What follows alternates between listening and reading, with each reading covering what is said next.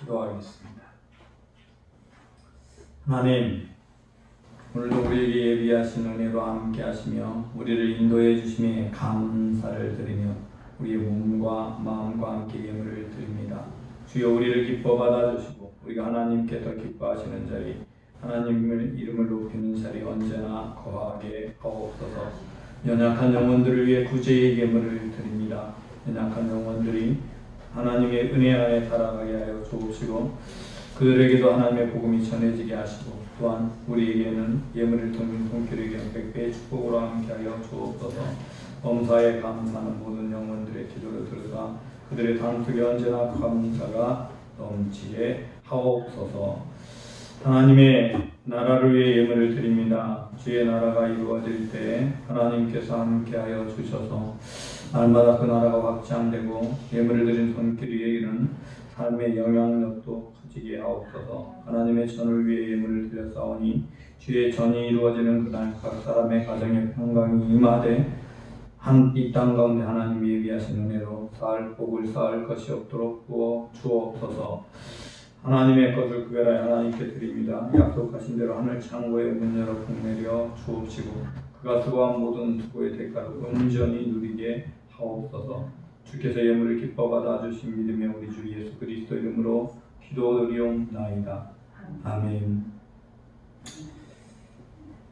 광고는 주보 뒷면에 교회 소식란을 참조해 주시기 바랍니다.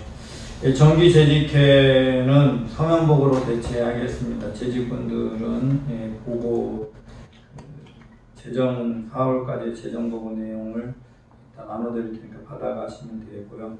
오늘 2부 예배가 끝난 뒤에 제가 톡방을 열어놓으면 혹시 의문사항이 있으면 거기로 질문을 해서 그렇게 하도록 하겠습니다. 재직들이 다 보이지 않아서 그렇게 해서 재직방들만 톡방에서 그렇게 하도록 하겠습니다. 이번 주 중에 코로나19 확진자가 이 관내 성남 지역 감염이 없다면 다음 주 예배는 점심 식사와 오후 찬양 예배, 모든 예배가 정상적으로 진행되게 됩니다.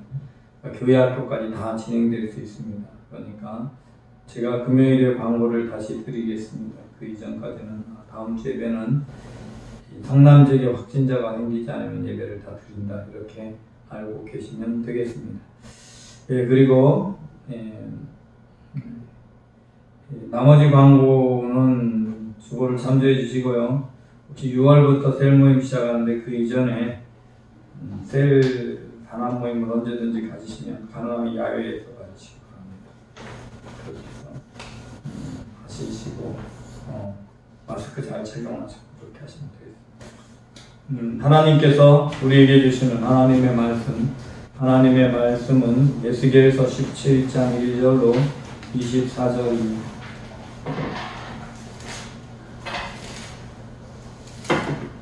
에스겔서 17장 1절로 24절 말씀. 여호와의 말씀이 내게 임하여 이르시되 너는 이스라엘 족속에게 수수께끼와 비유를 말하라.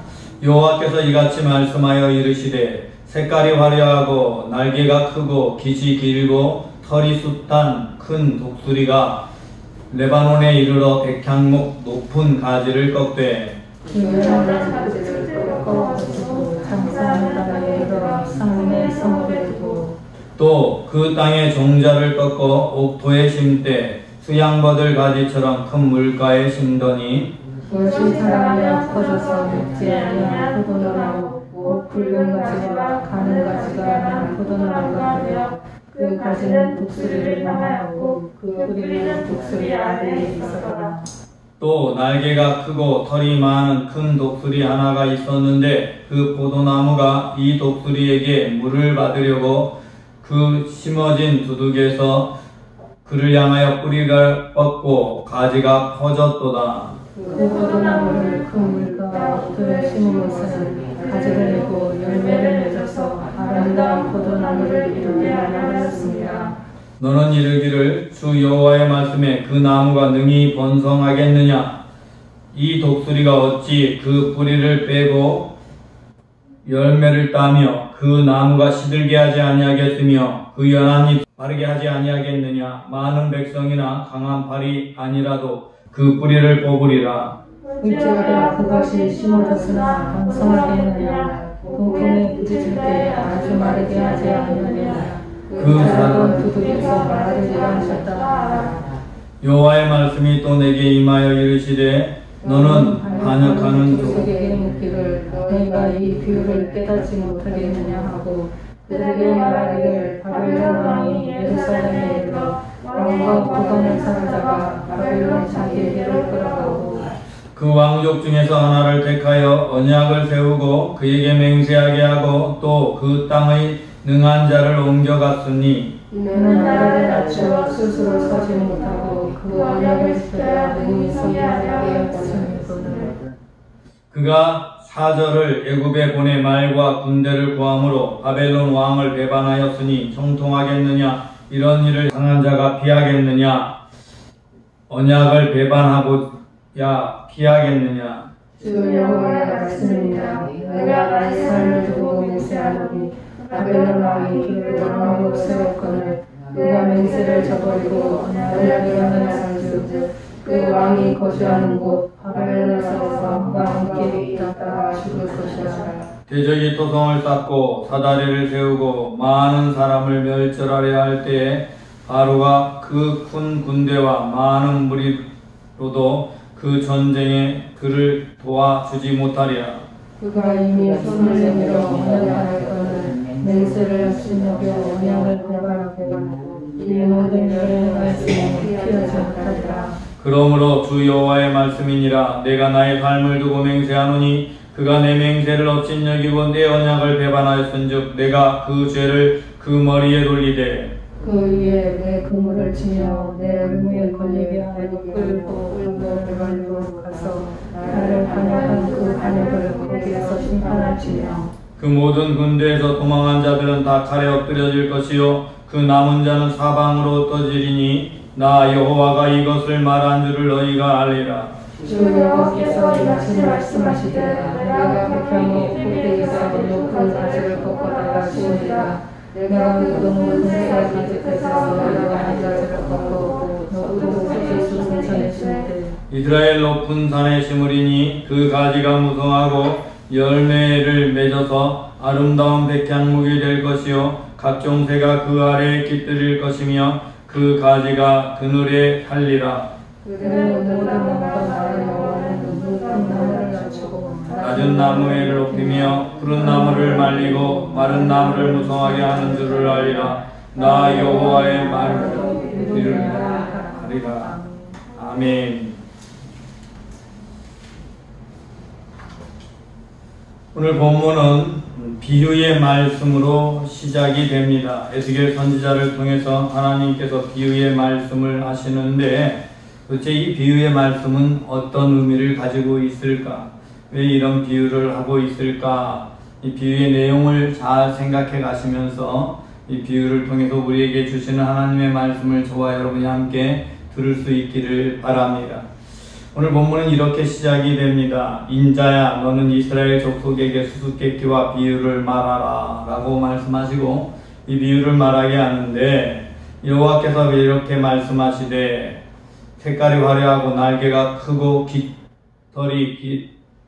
길고 털이 숱한 독수리가 레바논에 이르러 백향목 높은 가지를 꺾되 라고 말합니다. 여기에서 말하는 이 색깔이 화려하고 날개가 크고 깃이 길고 털이 숱한 큰 독수리, 이것이 상징하는 이가 누구인가 하면 이 사람은 바로 바벨론의 느부갓네살 왕을 가리킵니다. 왜 이렇게 표현하고 있는가 하면 바벨론이란 나라는 그 당시에 다른 많은 나라들을 동맹하면서 자기의 나라와 함께 합병해서 그 나라들로 더불어 아수를 물리치고 다른 나라들을 이렇게 점령해 갔어요. 그래서 그 나라에는 인종별로 다양한 인종의 사람들이 한 민족을 이루고 있어요. 그래서 피부의 색깔도 다 달라요. 그래서 색깔이 화려하다라는 표현을 썼고요. 이 크고 깃이 길다라는 말은 수많은 민족들이 그 권세 아래 있다라는 의미로 표현하고 있는 것이고, 털이 숱하다라는 말은 그만큼 영향력이 있는 그리고 잘 부요하다라는 것도 함께 의미합니다. 왜냐하면 본래 바벨론이라는 지역은 상업지역이거든요. 그래서 상업을 통해서 부류가 많이 모여있는 지역이에요. 그래서 이 바벨론 제국에 대해서, 이 바벨론 제국의 왕인 느부갓네살에 대해서 이렇게 이런 큰 독수리로 표현을 하고 있지요. 그리고 레바논의 백향목이라고 나오는데, 이 백향목은 이스라엘의 왕가를 나타내는 표현이고요. 이스라엘 왕가에서 높은 가지를 꺾대라고 해서 여기서 꺾어진 가지, 연한 가지는 나이가 어려서 왕이 되었던 요야킨 왕을 상징합니다. 그래서 어린 연한 가지를 꺾어가지고 장사하는 땅에 이르러 상인의 성읍에 두었다라는 말은 이 요야킨 왕을 데려다가 포로로 잡아다가 이제 바벨론 성에 두게 되었다라는 표현입니다. 상인의 성은 바벨론 성을 가리키는 것이지요. 그래서 밑에 해석에 보면 이제 바벨론 왕 느부갓네살의 바벨론의 군대를 보내서 이스라엘의 왕과 관료들을, 왕과 고관들을 잡아서 바벨론으로 데리고 갔다라고 해석이 나와 있죠. 그게 12절 말씀이지요. 그래서 이 3절 말씀, 4절 말씀은 이 바벨론이 2차 침공을 통해서 요야킨 왕과 요야킨에게 속한 모든 고관들을 데리고 가서 바벨론에 포로로 잡아두었다라는 것을 이야기하는 것입니다. 그리고 네 번째, 5절에 보면, 두 번째로 5절에 보면 또 그 땅의 종자를 꺾어 옥토에 심되 수양버들 가지처럼 큰 물가에 심더니라고 표현하고 있는데, 이 뜬 땅, 원래는 다음 왕 시드기야를 가르치는 거예요. 시드기야 왕은 아들로 간 게 아니라 위로 올라가서 이제 삼촌이 되거든요. 삼촌이기 때문에 연한 가지나 새로 난 순 높은 가지가 아니라 겹가지로 나 있는 가지 하나를 꺾어서 심은 것으로 표현하고 있습니다. 그래서 그 땅의 종자를 꺾어 옥토에 심되라는 말은 이제 왕으로, 시드기야를 왕으로 세웠다. 그래서 이 세워주면서 안전보장을 이 느부갓네살이 해줬어요. 시드기야가 만약 바벨론을 잘 섬기고 바벨론을 잘 따르기만 하면 그 땅을 안전하게 보호해 주겠다라고 약속을 한 거예요. 사실 이렇게 한 데는 이유가 있습니다. 히스기야 왕 시대와 요시야 왕 시대까지 바벨론과 이스라엘은 친한 나라였어요. 사실은 요시야 왕이 죽게 된 이유도 바벨론 편에 서서 전쟁을 해서 죽었기 때문에, 이 이후에 바벨론이 점령한 모든 나라의 왕은 다 패했지만 바벨론은 이스라엘에 대해서만 왕을 계속 다시 세워주면서 조공을 바치는 속국으로 왕권을 유지할 수 있도록 그렇게 했던 거예요. 그런데 이제 그래서 이제 6절에 보면 그것이 자라며 커져서 높지 아니한 포도나무 곧 붉은 가지와 가는 가지가 난 포도나무가 되어 그 가지는 독수리를 향하였고 그 뿌리는 독수리 아래에 있었더라 라고 나와 있는 말은, 바벨론 밑에서 이제 시드기야의 예루살렘을 중심으로 한 이스라엘이 다시 이렇게 조금 번성하기 시작하고 회복이 되었더라 라는 표현을 말하는 거예요. 그렇게 회복이 되어서 이제 어느 정도 세력을 얻게 됐는데, 이 문제는 시드기야 왕 입장에서는 바벨론의 속국이라 자기 마음대로 별로 할 수 있는 게 없지요. 사실은 바벨론은요, 속국으로 담았지만 총독도 두지 않았어요. 시드기야의 완전한 통치를 보장했거든요. 그러면 잘하면 될 텐데, 자기 독립국가를 이루고 싶은 욕망이라는 게 있어요. 사실은 어느 나라든 다 그러겠죠. 시드기야뿐만 아니라 어느 나라든 자기 나라가 속국으로 있다면 독립하고 싶은 열망이 생기는 거예요. 가만히 보니까, 정세를 살펴보니까 또 큰 나라가 밑에 하나 있는 거예요. 그게 애굽이에요. 그래서 7절에 보니까 또 날개가 크고 털이 많은 큰 독수리가 하나 있었는데, 여기서 날개가 크고 털이 많은 큰 독수리, 역시 바벨론에 버금갈 만큼 많은 세력을 가지고 있는 큰 나라가 하나 있더라. 이 사람, 여기 큰 독수리는 애굽왕 호브라를 가르칩니다. 애굽왕 호브라라는 인물인데, 이 호브라가 왕이 되면서 애굽이 좀 다시 좀 강해졌어요. 그래서 능히 바벨론과 대적할 수 있겠다라고 생각을 한 시드기야는 이 호브라에게 사신을 보내요. 사신을 보내서 도움을 청합니다. 밑에 쭉 보면은 5절에 보면 이렇게 나와 있죠. 그가 사절을 애굽에 보내 말과 군대를 구함으로 바벨론 왕을 배반하였으니, 여기에서는 두둑에서 물을 받으려고 뿌리와 가지를 그곳을 향해서 뻗었다라고 하는 표현, 이 표현이 바로 그렇게 애굽에 대해서 도움을 요청했다라는 표현이에요. 도움을 요청하면서 군대를 보내주고 그렇게 화친하고 이제 바벨론이 침공하면 자기를 보호해달라라고 그렇게 한 거예요. 이제 그렇게 해서 이제 열매를 한 가닥은 이제 진짜 많은 열매를 맺기를 원하는 거예요. 바벨론으로부터 받는 거는 열매를 거둬봐야 일부를 빼앗기고, 그러니까 이제 내 힘으로 정말로 멋진 열매를 맺어서 그 열매를 가지고 우리가 풍성하게 잘 돼야 되겠다라는 생각에 그렇게 했다. 그래서 8절에 그 포도나무가 나무를 큰 물가 곧 옥토에 심은 것은 가지를 내고 열매를 맺어 아름다운 포도나무 열매를 이루게 하려 하였습니다. 원래 이것은 바벨론 왕의 뜻이었어. 그렇게 아름다운 열매를 맺기를 원하셨어. 좋게 하도록 했는데 스스로 이렇게 하려고 해버린 거예요. 이제 이러면서 문제가 일어나요. 그때 하나님이 반문하는 거예요. 너는 이르기를 주 여호와의 말씀에 그 나무가 능히 번성하겠느냐? 라고 말하고 있어요. 그 나무가 능히 번성하겠느냐? 이게 오늘 이 시대의 말로, 우리들의 말로 바꾸면 이런 거예요.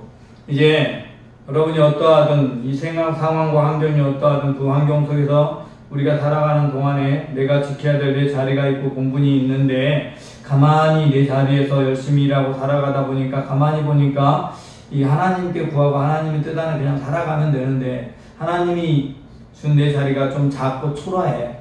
하나님 맡겨준 내 자리가 작고 초라한데, 가만 보니까 다른 사람이 있는데 그 사람이 나를 좀 크게 키워주고 성장시켜줄 것 같아. 그래서 그 사람에게 의지하는 거예요. 당신이 나를 도와주면 될 것 같아요. 그 사람을 의지하고 그 사람을 따르게 되는 거예요. 근데 그 사람을 통해서 내가 성공해야지라는 욕망을 품었어.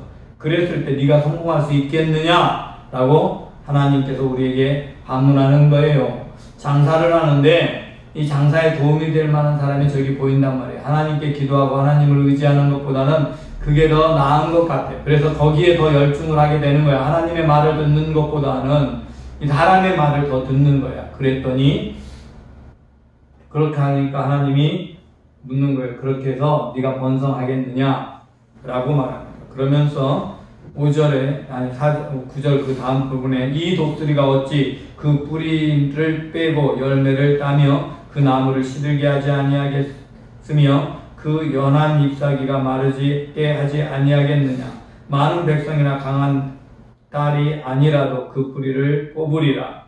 이게 여기서 이 독수리는 누구냐면 바벨론 왕이에요. 바로 있는 예굽 왕이 아니라 바벨론 왕. 이 바벨론 왕이 너희를 가만히 두겠느냐? 라고 반문하게 했어요. 왜 그러냐? 사실은 이 모든 일을 허락하신 이가 누구였느냐? 하나님께로 난 거예요. 하나님께서는 이미 여레미야 선지자를 통해서 계속해서 말씀하셨어요. 바벨론에 종속되어 살아야 된다. 왜? 잘못한 범죄의 결과로 바벨론은 징계의 도구로 사용하고 있기 때문에 그 징계의 도구인 바벨론에 의해서 70년간 압제를 받은 후에야 다시 회복될 거다 라고 약속을 하나님 말씀을 하셨어요. 그러니까 하나님의 뜻이 비록 우리가 원하는 바는 아니야. 우리가 잘 되는 길이 아니라 우리가 망하는 길을 하나님이 이 뜻으로 정해놔 버렸단 말이죠. 여러분, 그러면 그 망한 시간이 지나고 나면 나중에 회복하겠다고 약속을 하셨는데 그때를 기다리면서 그 고난의 시간 속에 놓여져 있어야 되는 거예요. 근데 그걸 마음대로 바꾸려고 하는 거예요. 그럼 제가 다윗왕 얘기를 자주 하는 이유는 이걸 다윗왕은 하지 않았다는 거예요. 다윗왕이 왜 하나님께 마음이 아픈 자냐? 하나님이 그를 왕으로 세우셔서 그건 훗날의 왕이 되는데 지금의 현실은 사울에게 쫓기는 사람이에요. 그런데 사울을 죽이기만 하면 되는데 죽일 기회가 와도 절대 죽이지 않아요. 왜요? 내가 하는 게 아니라 누가 하는 거니까? 하나님이 하는 거니까. 그게 중요한 겁니다. 내 힘으로, 내 의지로, 내 노력으로 무엇을 해버리는 게 아니라 하나님께서 그 일을 이루어지기까지 기다리는 믿음. 왜요? 하나님의 섭리를 따라 순종하는 겁니다. 이게 하나님께로부터 난 것이니까 바벨론에 속국이 되어져 있는 게 하나님께로부터 나온 것이니까 그 속국으로 그 시대는 살아야 하는 거예요. 약속된 기간을 채워야 하나님이 회복하시고 능력, 은혜를 베풀어 주시는 거예요. 여러분, 그래서 그대로 이제 바벨론 왕이 와서 모든 사람들을 죽이고 다 죽이죠. 그리고 오늘 칼을 죽겠다라고 말씀하죠. 시드기야를 끌고 가서 바벨론 성에 가서 앞에서 죽이죠. 그리고 시드기야가 보는 앞에서 모든 사람들 바벨론에 가기 전에 다 죽여요. 하나도 남기지 않고 전체를 다 죽이고 그 눈을 뽑혀요. 죽은 후에 자기 모든 사람들이 다 죽는 걸 봐요. 시드기야는 다 죽는 걸 본 후에 눈이 뽑혀서 바벨론에 끌려가서 죽어요. 그게 시드기야의 운명. 왜 그렇게 잔인하게 하나님께서는 그가 죽게 했을까? 다 누구나 독립이 되는 것을 원하고 그런 일을 꿈꿀 만한데 이유는 간단합니다. 그게 하나님께로 나는 것인데 하나님의 섭리를 거역하고 있기 때문에 하나님은 이 시드기야 행위에 대해서 배반한 것이다라고 말씀하고 있는 것입니다. 여러분, 우리가 이 땅을 살아갈 때 이 세상의 모든 것의 주관자가 하나님이시라는 걸 믿고 현재의 나의 삶의 환경을 만드신 이가 하나님이시라는 걸 믿어야 합니다. 그리고 그 안에서 나를 영원히 이곳에 두기 위해서 만든 것이 아니라 지금의 어려움의 상황이 있지만 내가 그 안에서 하나님께 온전히 순종하면 그것을 통해서 회복의 은혜를 우리에게 준비하고 계시다. 이걸 믿어야 되는데 그래서 하나님께서 하시면 번성하게 되는 거예요. 여러분, 오늘 본문에 보면 바벨론이 이 시드기야를 세워놓고 시드기야를 속국으로 담았지만 그냥 속국 만든 게 아니라 속국으로 해놓고 번성하게 하려고 했다라고 말씀하고 있어요. 8절에 보면 분명히 열매를 맺어서 아름다운 포도를 이루게 하려 했다고 말씀하고 있어요. 그럼 하나님은 속국으로 있을지라도 그들을 번성하게 만들고 나중에 회복시킬 것을 예정하고 계셨어요. 그런데 이 일을 하지 않음으로 말미암아 70년 후에 돌아오긴 하는데 다 회파된 상태, 황폐하게 된 상태에서 돌아오게 되는 거예요. 초라하게. 그럼 이게 정말 중요합니다. 우리가 인생을 살아가는데 하나님의 섭리라고 여겨지면 그것을 그냥 받아들일 수 있어야 돼요. 그것을 받아들이지 않고 거역하면 그게 나에게 올무가 되는 겁니다. 내 뜻대로 내가 보기에 좋은 길, 사람들이 말하는 좋은 길 자꾸 의지하면 그 길은 겉으로 보기에는 필경은 좋은 길이지만 진짜 위기의 상황에는 여러분, 사람은요 돕지 않아요. 나에게 이익이 되면 돕지, 이익이 되지 않으면 돕지 않아요. 바벨론이요 예루살렘을 세 번째 침략했을 때 바로는요 군대를 보내지 않았어요. 전혀 보내지 않았어요. 눈치를 보고 있었어요. 잠깐 중간에 군대가 오는 줄 알고 바벨론의 군대가 내려간 적이 있었는데 보내지 않았어요. 나중에 군대를 보내서 일으키려고 하니까 바로의 군대가 내려가서 예국까지 점령하고 와버려요. 전혀 도움이 되지 않아요. 우리가 의지하는 것은요 연기나는 부직갱이에요. 불에 타서 이렇게 불쑤시개로 쓸 때는 좋죠. 사용하는 도구야. 그러나 이 부직갱이 태워버릴 거라고요. 연기만 탈 때 잘 타지 않죠. 연기 나죠. 또 부직갱이로 쓰는 나무는 생나무니까. 그렇지만 쓸데없는 거예요. 하나님이 징계의 도구로 바벨론을 사용하든 애굽을 미든 아수르든 무엇이든 잠시 사용한다 할지라도 그것은 연기나는 부직갱이로 쓰다 버릴 거고, 지금 나를 태우고 있지만 나를 고통스럽게 하는 자리에 놓여져 있지만 결국 쓸 자는 누구냐? 나란 말이에요. 그러니까 내가 힘들고 어려운 자리에 있어서 그곳에서 하나님의 때를 기다리고 순종하면서 최선을 다하고 있으면 하나님이 나를 들어 쓰신다는 사실을 믿어야 해요. 그 길을 가면 하나님은 회복의 은혜를 허락하시는 거예요. 여러분, 이렇게 잘못된 길을 가서 결국 이스라엘을 완전히 멸망시켜 버리겠다고 하나님이 말씀하셔요. 그럼에도 불구하고 하나님은 멸망시킬 때에도 하나님의 백성을 버리는 분이 아니에요. 약속을 다시 주십니다. 구원의 약속을 다시 주세요. 오늘 본문 21절에 다 엎드려 죽는다고 말해요. 그 모든 군대에서 도망한 자들은 다 칼에 엎드러질 것이고 그 남은 자는 사방으로 떨어지니 나 여호와가 이것을 말한 줄 너희가 알리라. 바로 다음 절 22절 주 여호와께서 이같이 말씀하시되 내가 백향목 꼭대기에서 높은 가지를 꺾어다가 심으리라. 이제 누가요? 하나님이 직접 심는 나무가 있는데 내 꼭대기에 심는 나무가 있어요. 백향목 꼭대기라는 그 다윗의 계보의 줄기에서 라는 의미예요. 내 나무가 있다. 꺾어다 심다. 내가 심는데 내가 그 높은 세 가지 끝에서 연한 가지를 꺾어 높고 우뚝 솟은 산에 심되, 그래서 높고 우뚝 솟은 산에 심는데 이게 사실은 예루살렘을 가리켜요. 이스라엘의 높은 산에 심으리니 그 가지가 무성하고 열매를 맺어서 아름다운 백향목이 될 것이요 각종 새가 그 아래 깃들이며 그 가지 그늘에 살리라. 그래서 여기서 아름다운 백향목은 바로 예수 그리스도를 말해요. 여러분, 이 예수 그리스도께서 메시아가 이제 이 땅에 오게 될 것이다. 메시아가 이 땅에 오게 되면 그때는 이스라엘 백성뿐만 아니라 모든 새, 각종 새들이 다 그 나무 아래 깃들이게 될 것이다. 예수 그리스도 아래 이 세상 모든 민족들이 깃들이며 살게 되는 그런 새 나라를 하나님이 열어 나갈 것이다. 들의 모든 나무, 어떤 나무들이 스스로 높다고 여기는 높은 나무들이 있는데 그 모든 나무들을 낮출 거고, 낮아져 있어서 정말 힘이 없어 보이는 초라한 나무들을 전부 다시 하나님이 높여주실 거고, 푸른 나무 가지를 말려버리실 거고, 마른 나무를 다시 무성하게 만들어버릴 것이다. 주님이 오셔서 회복하는 그날이 되면 지금은 힘으로 강하게 되어져 있던 세력들은 주님이 원하시면 한순간에 다 말라버리게 하고 사라지게 할 수 있고, 또한 말라서 죽어가는 것도 다 살려서 소생해서 무성하게 하실 수 있다 라고 말씀을 마무리하고 있습니다. 이 말씀은 이제 진짜 구원이 있을 거야. 메시아를 통해서 하나님이 직접 구원을 이루실 것이고, 하나님이 이루시는 직접 구원을 이루신 그 구원의 나라에서 이 세상 모든 족속들이 하나님의 은혜 아래, 그늘 아래 살아가게 될 것이다 라고 약속하고 있습니다. 여러분, 지금 내가 있는 현실을 벗어나기 위해서 너 현실 속에서 내게 주어진 일을 최선을 다하는 건 해야죠. 당연히. 왜? 하나님이 그렇게 나와 함께 하시면서 나와 일하시니까. 하나님은 여러분과 함께 일하셔요. 혼자 하나님이 일하실 거니까 너희는 가만히 있어라가 아니라 하나님이 일하시는 그 방향으로 너희가 열심히 일하고 최선을 다해라. 하나님의 섭리를 인정하고 최선을 다해라. 그러면 하나님의 약속이 이루어지는 거예요. 그런데 그렇지만 내 길이 아닌 다른 길을 찾아서 세상의 길, 사람의 길, 다른 사람들이 좋다고 하는 길, 하나님께로부터 멀어지는 길을 가지 말라고 말씀하시는 거예요. 그렇게 해서는 그 나무가 능히 번성할 수 없다. 나무의 번성은 누가 하게 하신다? 하나님이 하시는 거예요. 마른 나무라도 번성하게 하시는 분이 하나님이십니다. 저와 여러분 모두가 우리를 번성하게 하실 하나님을 바라보면서 내 나무가 번성하는 길은 오직 하나님께서 번성하게 하실 때뿐이라는 사실을 믿음으로 세상의 것 의지하지 마시고 하나님 바라보면 내 자리에서 하나님이 섭리 아래 맡겨준 내 환경에서 최선을 다하는 믿음의 사람 되시기 바랍니다.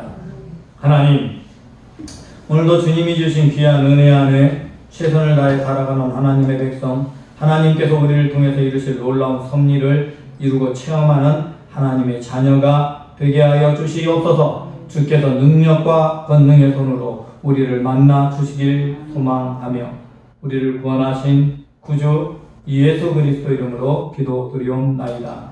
아멘. 자리에서 일어섭니다. 이제는 우리 주 예수 그리스도의 은혜와 아버지 하나님의 무한하신 사랑과 성령님의 내주 인도역사 충만하심 교통하심이 오늘 예수 그리스도를 구주로 믿는 하나님의 모든 아들, 딸들, 특별히 하나님을 의지하기에 하나님의 섭리 안에 주어진 자리에서 최선을 다하고 세상에 헛된 소망을 주는 다른 것들 의지하지 않길 원하는 하나님의 모든 아들, 딸들 위에와 이 나라의 민족, 온 세계 열방 위에 지금부터 영원까지 함께 하옵시기를 축원하옵나이다. 아멘. 이 시간 기도할 때에 하나님, 내가 세상 의지하지 않고 세상 바라보지 않고 하나님만 바라보고 살아가기를 원합니다. 정말로 하나님을 인하여 하나님의 은혜로 회복의 은혜를 누릴 수 있길 원합니다. 기도하시고 코로나19 바이러스가 더 이상 지역사회에 감염되지 않게 하여 주옵소서 기도하시는데요. 특별히 교회에서 지금까지요, 교회에서 감염된 사례는 이단을 제외하고 잘못된 이상한 교회를 제외하고는요, 수련회에서 감염된 사례 말고 예배를 통해서 감염된 사례는 한 건도 없습니다. 전부 감염됐던 2개 교회가 수련회하고 따로 식사한 모임에서만 감염이 됐어요. 예배를 통해